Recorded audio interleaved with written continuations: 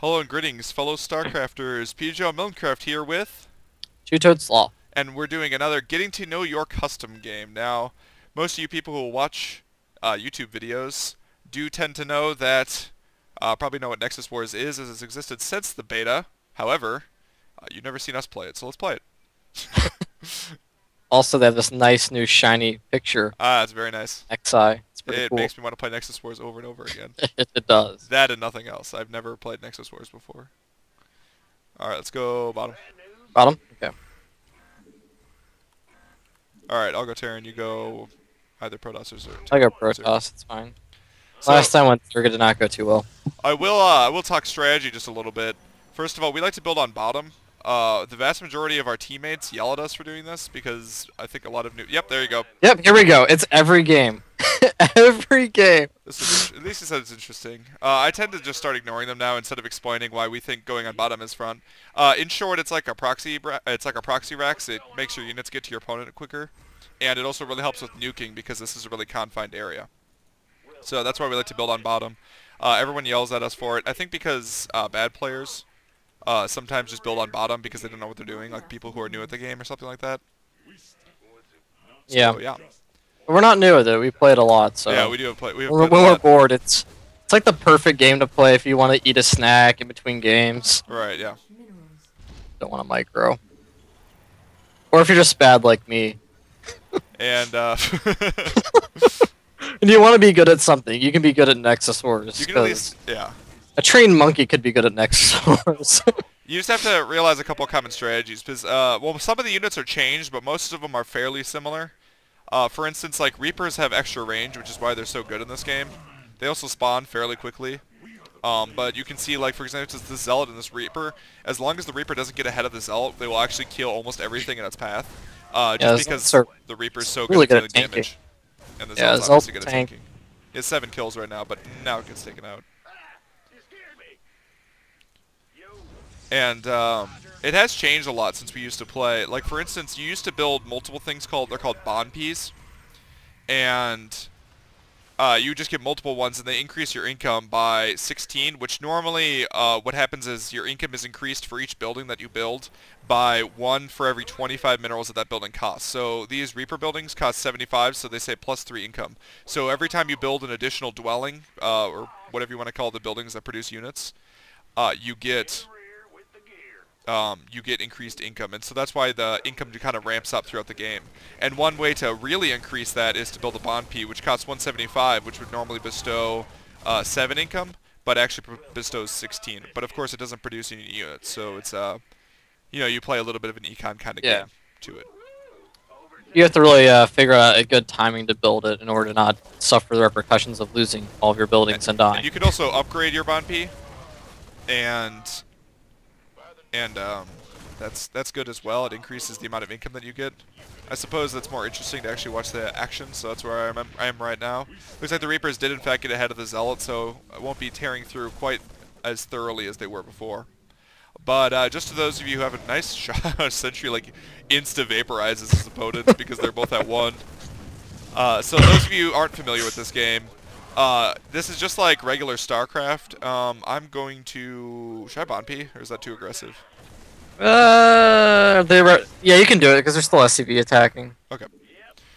And I'll go more immortal here in 2 income cycles. So in this game, you basically you just build buildings and the units automatically attack each other. You can't control any of your units, and it's basically about counters. There are 2 lanes, so these are our buddies up here who went Firebat, Reaper so far. And as you can see with the Firebat, there are units that... I'm cheating, actually. Sorry to interrupt you. What? They don't have it. They don't have detection. Oh, okay. Oh, they they do. have They have Reaper, 1 they have Reaper, Reaper. Did you already get but it? 1 Reaper Oh, won't be damn. that big of a deal. Okay. Oh, and I can Sorry. get the bond P now.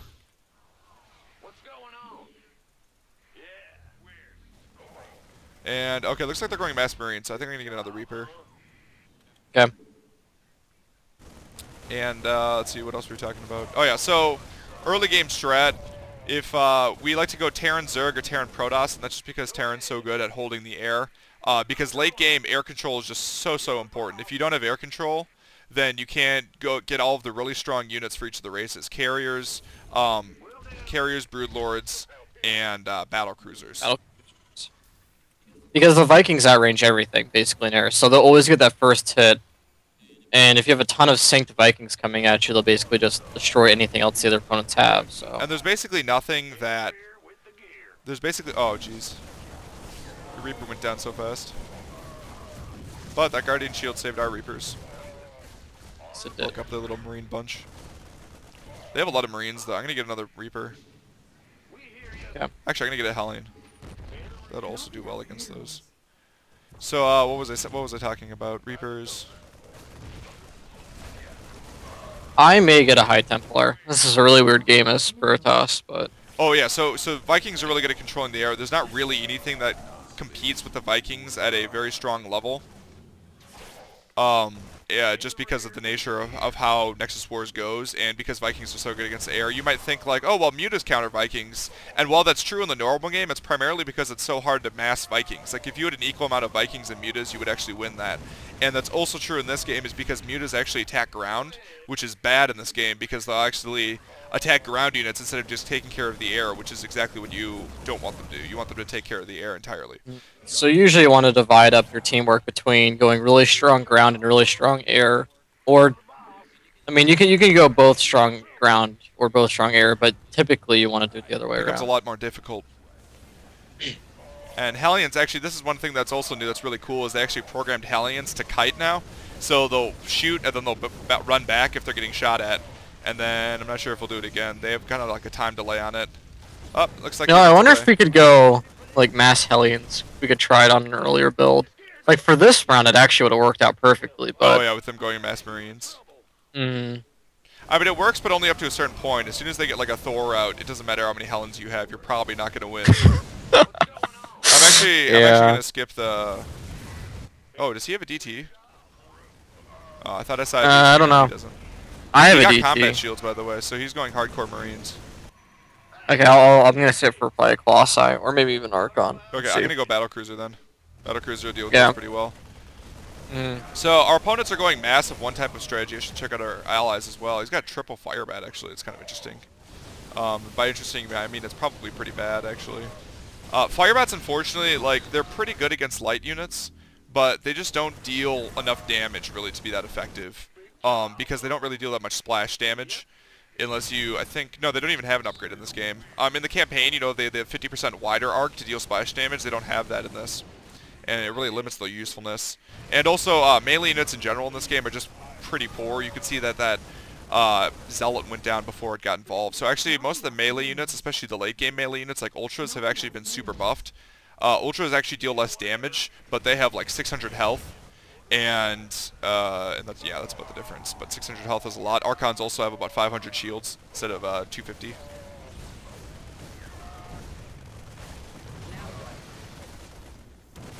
Oh, nice storm up top. And yes, as you probably know, Archon or Templar rather automatically storm as they're attacking units. And looks like it's almost. Oh, that was my medevac got past them. Yep. We'll eventually turn. The thing is, we're really not too worried about this because this isn't going to create any type of strong push that we can't handle. Yeah, I'm actually gonna. Because the Marines just aren't really a viable build in this. They used to be a viable build when walling was popular along the bottom. Yeah. But oh, they're gonna push up to us. they'll push up to us, but I mean, we could even probably like SCV attack their Marines. Oh, Battlecruiser's gonna get there. And I'm one income cycle away from getting a Colossi, which Colossi are. I think they've been known to take care of Marines pretty well. They're just the Battlecruiser is just so good at tanking damage. So all of them lock their fire on the Battlecruiser, and since you can't micro them onto the Reapers can just deal their damage. Just by the Battlecruiser is so nice. They actually haven't really tucked up at all. I'm gonna get a Dingle. Yeah. Dingle is actually the name for a science vessel. I'm not sure exactly what it's named after, but I believe it's people in the game. And the science vessel basically just attacks. It actually casts a radiate, which might be useful here. It's useful sometimes against like mutas, for example, because mutas group up a lot. But they also heal mechanical units just like they do in the campaign, so that's quite useful. No, the Battlecruiser's gonna go down. Battlecruiser. No, it's not. It dies. I thought that money storm was gonna save it. So. Up top, looks like they're doing pretty well too. Immortals are quite Yeah, we strong in usually this. got paired with some good teammates. We usually get paired with bad teammates who complain about us building Actually, on the they bottom. did complain about us on the bottom, but No, they did. But I mean, they're at least good right. people. You know, if they can hold their own, it's fine. But it's usually really bad people who complain, and then it's just it's a headache to explain to them, you know, why we're losing. Colossus is dealing a lot of damage right here. It's got 6 kills. It's pretty good. Yeah, I'm actually building a second right now because they're showing no sense of They're not attacking at all. So, and typically what happens is Terran holds air and Protoss has really strong ground units with Immortals and Colossi. So yeah. And as you can see here, basically just the Battlecruiser plus the Colossus is killing everything. As the Colossus is now up to 16 kills. Battlecruiser only at 9. And the Medevac's actually behind healing, so we got a lot of healers. You know, like, I'm halfway tempted to upgrade to extended thermal lance. At 24 supply. So I actually don't see really much. If there's no tech here, though, what are they got to be spending their money on something. Okay, we see our first Hellion. So for those of you who don't know, there are requirements on your buildings. For example, you can't build, as you see the little chart on the bottom right, you can't build Hellions until you built Marines, and you can't build Medevacs until you built Hellions, and you can't build any of the other tanks, Thors or Dingles until you build Hellions. So to tech up as Terran is basically just building Hellions. They're gonna have to nuke or build more. They're gonna nuke. If they don't nuke, they're dead. Or, yeah. And everybody has one nuke. You can actually see on the right side these little stars here indicate their nukes. And actually the Marines got to get concave until they got stormed again by that Colossus. And looks like unfortunately the Science Vessel was trying to heal the Hellion and is also out of energy, so he's not going to do too good. Meanwhile, it looks like Bald Eagle went ahead and went Siege Tank, Storm. He's got Reapers. 3 Siege Tanks actually. So he's got Siege Tank, Fire Bat going. Siege Tank's an interesting choice. Like, you really don't see those units used that much in Nexus Wars either. Siege Tanks or Fire Bats for that matter. Fire Bats. We did get Fire Bats used against us. Sometimes we go for interesting strategies. Yep, they had to nuke. And so each of the SUVs, you can see that one of the players is now missing their star here because they did in fact have to nuke. And Fire Bats, yeah, Fire Bats are useful against, like, if your opponent's going Mass Ling, which actually can be effective under certain circumstances. You really have to get Zergling speed, which is the biggest problem with it, because upgrades, like you can see that they got combat shields, which is an upgrade. Obviously they cost money, and they don't increase your income at all. So that's like the big disadvantage to upgrades actually. Oh, he's actually upgrading his Marines as well. So while he's helping him out right now, upgrades are actually pretty good in general, especially for Marines. His income is actually extremely hurt. Soul Render is that? Yeah, Soul Render is at 70 income, whereas I'm at 158 and our ally is at 145, so almost double his income as a result of the fact that we haven't gotten upgrades. And actually those Dingles or Radiates were dealing a good amount of damage to the Marines as well. Now, I ended up getting 5 Vikings, and the reason we like to do that is mostly because it drags a lot of, well, it drags the ground forces and forces them to focus fire on them, and then also it deters our opponents from going air, and prepares us for if they do go air. Actually, I need to get more Immortals because they're going lower. Battlecruisers. I was thinking about saving up for a Kerrigan, but I guess that'd probably be foolhardy. I need to save up for Bonpi, but figure we might be able to actually turn this if I get a couple of Immortals out there. I'm lagging a little bit. Alright. Okay.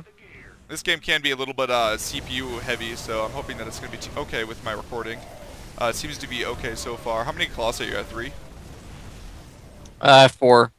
And then I have 4 Immortals. Looks like our allies up here are doing pretty well as well. Looks like their push has petered out. Yeah, they're...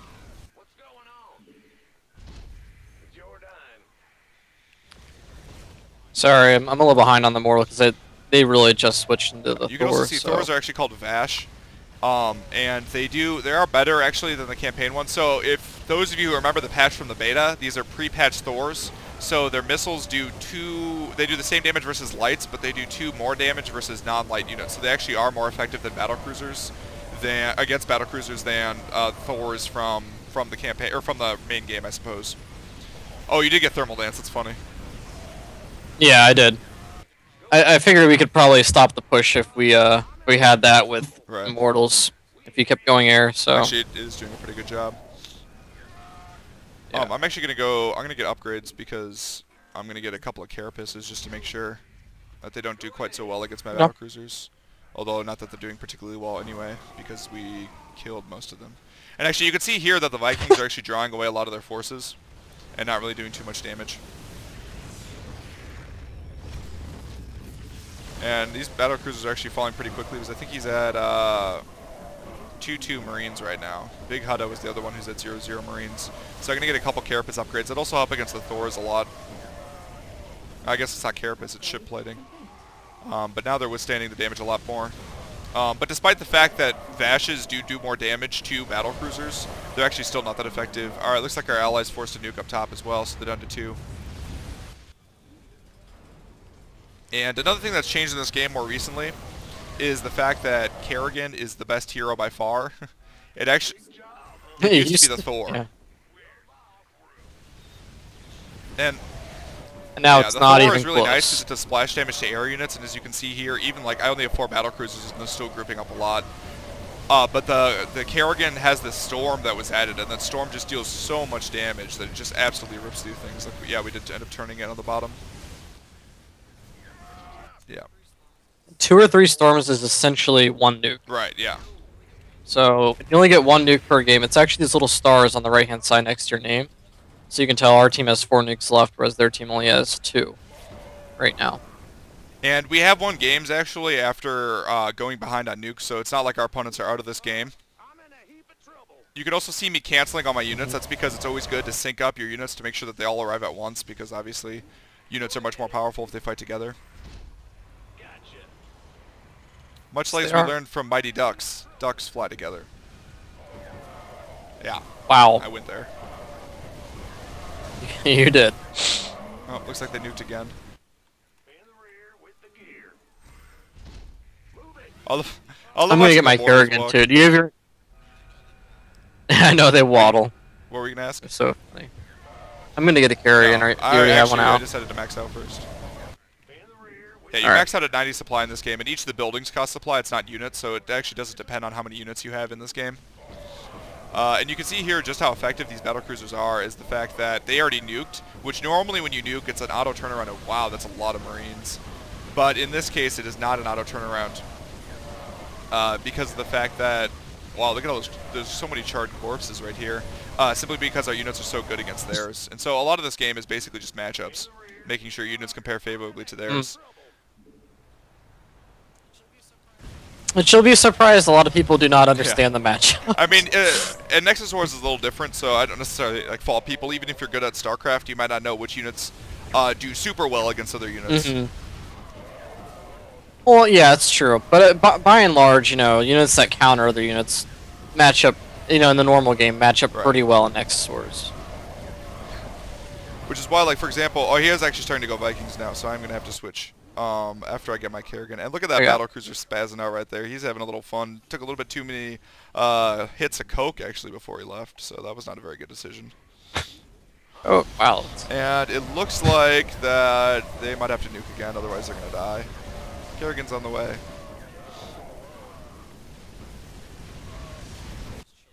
My Kerrigan's just chilling out. I'm going to send mine forward. And storm some buildings. Storming buildings does a lot of damage. Oh yeah, you have to be a little careful with your Kerrigan to make sure it doesn't get nuked. Yeah, I do. They might nuke on it. Alright, I'm going to get rid of... Oh, I'm going to get rid of the Reapers, actually. I got 2 buildings. Oh, looks like they're GGing. Good game. Oops, good game. Oh, whoa. Oh, we got like a freeze frame. You're lagging right now, James. I'm frozen right now. Looks like top did pretty well as oh, these are 5 weapons upgraded carriers.